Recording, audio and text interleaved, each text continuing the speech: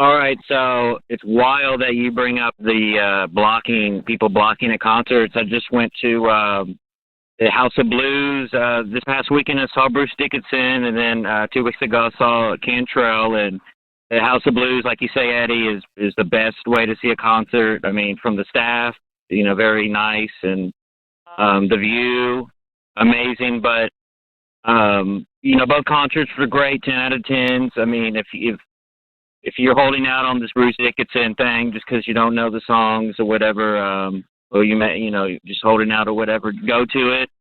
Probably top 3 shows I've ever seen. But real quick, Eddie, this happened at that show, Bruce Dickinson. At House of Blues and other theaters, they have GA floor, and if they have a balcony, there's seats in the balcony. And that's how this House of Blues was. The Dallas House of Blues is a balcony with seats, and then there's booths, seated booths, and then on the floor, it's standing room only. There's a bar and everything. So there was a guy, of course, first row in the booth on the balcony that kept standing. We get it. We're at a concert.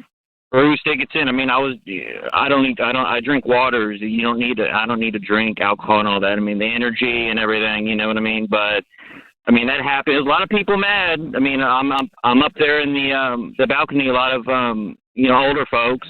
Everyone's sitting down. People throwing lemons at this guy, Eddie. I mean, people were pissed. But they finally moved some people down to the booths kind of next to him, and I got invited down because this guy was blocking a lot of people. So it worked out eventually. But yeah. We all get it's a concert, blah, blah, blah, but that's what the GA floor is for, to stand and get all rowdy and put your fist and everything. And the balcony with the seats, which are a little bit extra money, might be for the older crowd and for sitting down. Would you agree with all that? Yeah, to some degree. Yeah. Oh, well attended? Was it full? Oh, it was packed.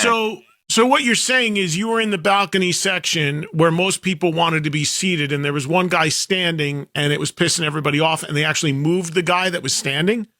No, there was a couple in front. I was on the second row, right, of the balcony, and so they have these booths that are above the first row, sit-down booths, and so that's where that guy was. Kept standing, against the rail.